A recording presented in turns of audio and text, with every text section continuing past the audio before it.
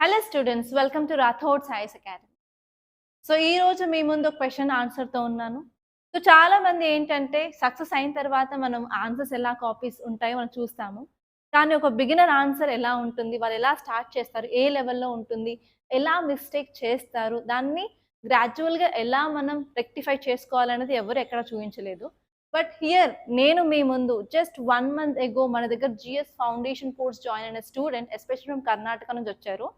So, తను రాసిన ఆన్సర్‌ని మీ ముందుంచాను. సో, ఇక్కడ మీరు క్వెషన్ నంబర్ కూడా క్లియర్‌గా చూడొచ్చు. ఇది 21st క్వెషన్. సో, 1 మంత్‌లో 25 క్వెషన్స్ ఈ రోజుకి రాసాడు. అండ్ ఈ క్వెషన్ నేను తీసుకొని అసలు బిగినర్స్ కామన్‌గా చేసే మిస్టేక్స్ ఏంటి? అసలు మన కీవర్డ్స్‌ని సరిగ్గా అర్థం చేసుకొని రాస్తున్నారా లేదా అని క్లియర్ కట్‌గా చూద్దాం. సో, ఈ క్వెషన్ వచ్చేసి మన గవర్నెన్స్ పాయింట్ ఆఫ్ వ్యూలో అండ్ అది కూడా టాపిక్ అనేది హైయర్ ఎడ్యుకేషన్ మీద. అసలు ఈ క్వెషన్ ఎందుకు ఇచ్చాను అంటే మనందరికీ తెలుసు మనకు రాథోడ్ సైన్స్ అకాడమీలో జీఎస్ ఫౌండేషన్ కోర్స్‌లో ఫస్ట్ డే నుంచే ఆన్సర్ రైటింగ్ ప్రాక్టీస్ అనేది ఉంటుంది. డైలీ 2 క్వెషన్స్ ఇస్తాం. ఒక క్వెషన్ వచ్చేసి కరెంట్ అఫైర్స్ నేను as soon as current affairs record చేయగానే వాళ్ళకి ఒక క్వెషన్ అనేది పంపిస్తాను. దాని తర్వాత జీఎస్ క్లాస్ అయిన తర్వాత 4-5 అవర్స్ ఆఫ్ క్లాస్ అయిన తర్వాత అందులో మెయిన్స్ టాపిక్ తీసుకొని క్వెషన్ అనేది ఇస్తాను. సో, ఈ క్వెషన్ వచ్చేసి మన కరెంట్ అఫైర్స్ మీద. సో, మీరు కూడా మన కరెంట్ అఫైర్స్ ఫాలో అవుతున్నట్లయితే లేకపోతే మీరు మీ సొంతంగా అయినా పేపర్ చదువుకున్నట్లయితే ఈ టాపిక్ మీకు ఐడియా ఉంటుంది. యూఎస్ అనేది స్టూడెంట్ వీసా రిస్ట్రిక్షన్స్‌ని ఇంకా పెంచింది. వాళ్ళ యొక్క సోషల్ మీడియా హ్యాండిల్స్‌ని కూడా క్లియర్ కట్‌గా చెక్ చేసిన తర్వాతే వాళ్ళకి వీసా అనేది ఇస్తుంది. అండ్ అదే కాకుండా హిందూ న్యూస్ పేపర్‌లో చాలా ఆర్టికల్స్ మనకి హైయర్ ఎడ్యుకేషన్ మీద చాలా ఛాలెంజెస్ ఉన్నాయని వస్తున్నాయి. ఇంకా రీసెంట్‌గా ఒక 2-3 డేస్ ఎగో ఒక ఆర్టికల్ వచ్చింది. ఆ ఆర్టికల్ ఏంటి అంటే హైయర్ ఎడ్యుకేషన్‌లో ఎన్రోల్‌మెంట్స్ ఇంక్రీజ్ అవుతూ ఉన్నాయి. అయినప్పటికీ ఎంప్లాయ్‌మెంట్ ఆపర్చునిటీస్ తక్కువగా ఉంటున్నాయి. సో, వాటికి మనం ఏం చేయాలి అనే ఆర్టికల్ వచ్చింది. సో, ఆ బేస్ చేసుకొని నేను ఈ క్వెషన్ అనేది ఇవ్వడం జరిగింది.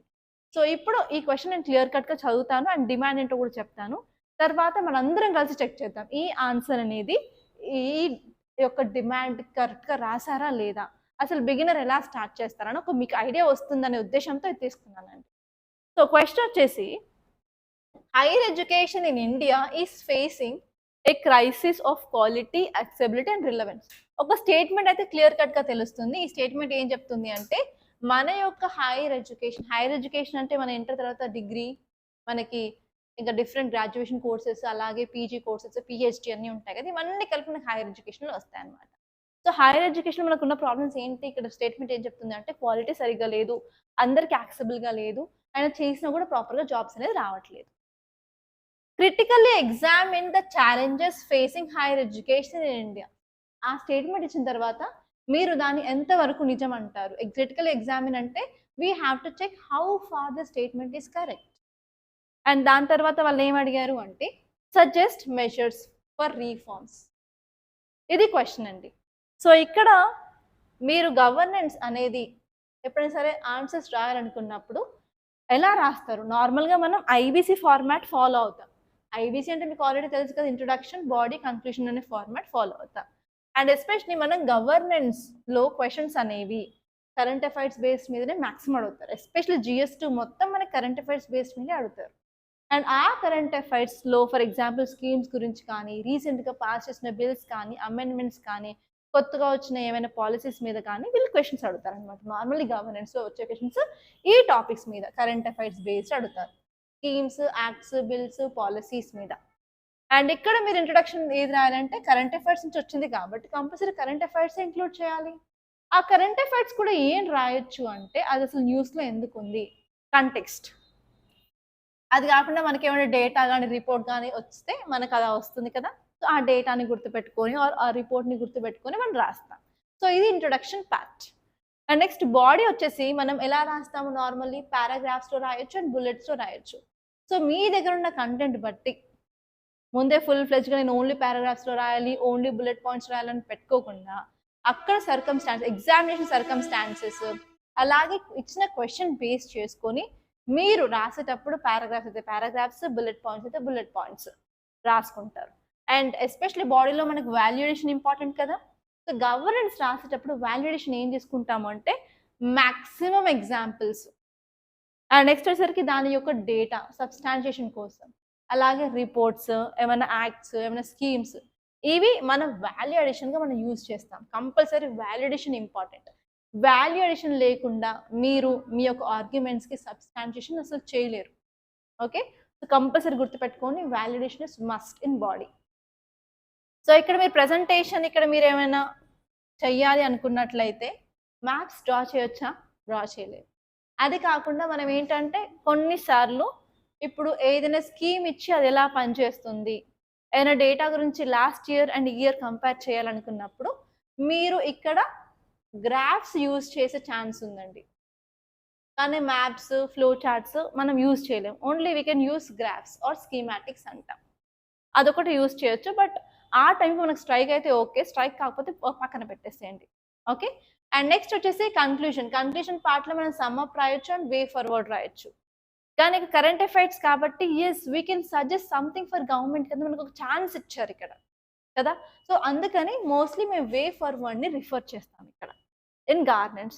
సో, ఈ పాయింట్స్ కంపల్సరీ గుర్తుపెట్టుకోండి మీరు ఎప్పుడైనా సరే గవర్నెన్స్ రిలేటెడ్ ఆన్సర్స్ రాసినప్పుడు. అస్సలు మర్చిపోవద్దు. And if you want screen shot అనేది తీసుకోండి. లేకపోతే మీరు వీడియోని పాజ్ చేసి అయినా సరే నోట్స్ రాసుకోండి కంపల్సరీ. అండ్ నెక్స్ట్ ఇక్కడ మీరు ఆన్సర్ చూసినట్లయితే ఇంట్రొడక్షన్‌లో ఈ అబ్బాయి ఏం రాసాడు అంటే రీసెంట్‌గా యూఎస్ అనేది స్ట్రిక్ట్ చేసింది. యూఎస్ ఏంటి స్టూడెంట్ వీసాస్ మీద రిస్ట్రిక్షన్ ఇంకా పెంచింది. దానివల్ల ఇండియన్ స్టూడెంట్స్ కూడా చాలా మంది సఫర్ అవుతున్నారని ఒక కాంటెక్స్ట్‌లో రాసాడు. ఓకే. సో, ఇప్పుడిప్పుడే స్టార్ట్ చేశాడు కాబట్టి ఓకే. అట్‌లీస్ట్ కరెంట్ అఫైర్స్ క్లాస్‌లో కూర్చుంటున్నాను అని చెప్పడానికి మేబీ ఇలా రాసుండొచ్చు. మేడం ఎవ్రీడే నేను క్లాస్‌కొస్తున్నాను. నాకు కరెంట్ అఫైర్స్ ఏం జరుగుతుందో తెలుస్తుంది. సో, మీరు ఈ క్వెషన్ ఎందుకు ఇచ్చారో నాకు అర్థమైంది. అండ్ గవర్నెన్స్‌లో కరెంట్ అఫైర్స్ కాంటెక్స్ట్ రాయొచ్చు అని నేను చెప్పాను కాబట్టి yes this student added that. So, we have to appreciate that. Okay. And ఇక్కడ మీరు చూసినట్లయితే ఒక గ్రాఫ్ ఏసాడు. ఏంటి అంటే growth of universities and colleges in India. A question అనేది ఎస్పెషల్లీ ఛాలెంజెస్ ఇన్ ఇండియా అన్నారు కాబట్టి అవును. మనం ఏం చెప్పుకున్నాము ఇంతకుముందు ఒక ఎడిటోరియల్‌లో కాలేజెస్‌లో ఎక్కువ ఎన్రోల్‌మెంట్ అవుతుంది. అయినప్పటికీ ఎంప్లాయ్‌మెంట్ ఆపర్చునిటీస్ లేదు అని చెప్పి రిలవెన్స్‌లో రాయొచ్చని చెప్పాను కదా! సో, దానికి సంబంధించి 2000 నుంచి 2022 వరకు number of colleges, universities increase అవుతున్నాయి అన్నట్టు ఇది ఏసాడు. Okay. We can take into consideration దాన్ని. అండ్ ఇప్పుడు బాడీ చూసినట్లయితే కంపల్సరీ సైడ్ హెడ్డింగ్స్ రాయాలి కదా! సో, అబ్బాయి సైడ్ హెడ్డింగ్ రాసాడు. ఏంటంటే the challenges facing by the higher education. Already ఛాలెంజెసే డైరెక్ట్ క్వెషన్‌లో ఇచ్చారు.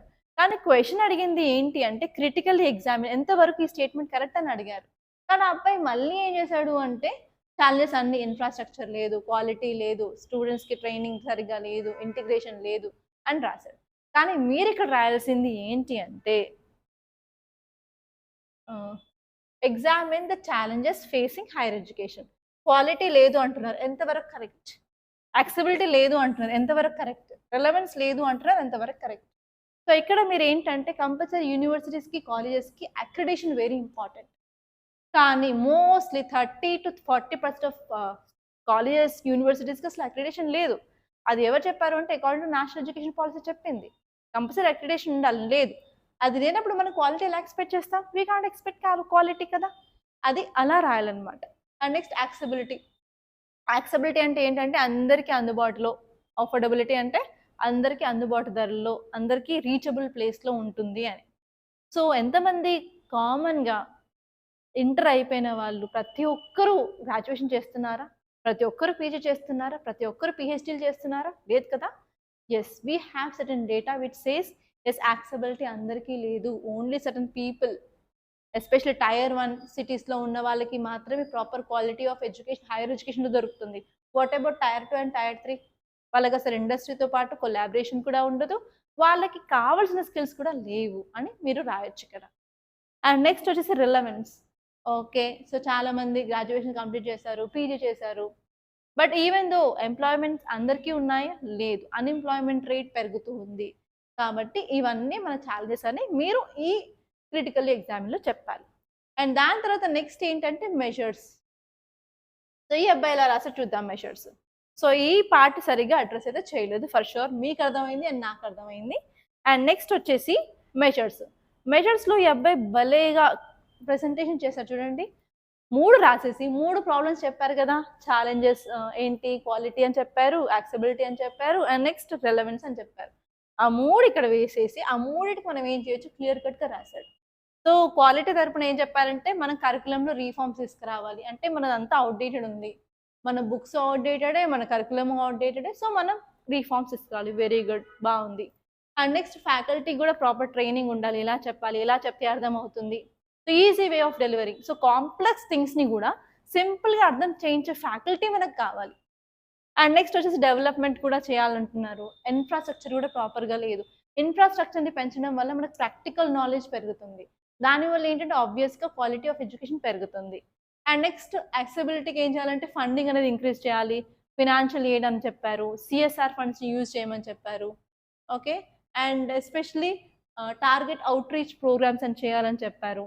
అంటే టార్గెట్ పీపుల్‌ని టార్గెట్ చేసి వాళ్ళకి యాక్సెసిబిలిటీని పెంచేలాగా చూడాలని చెప్పారు.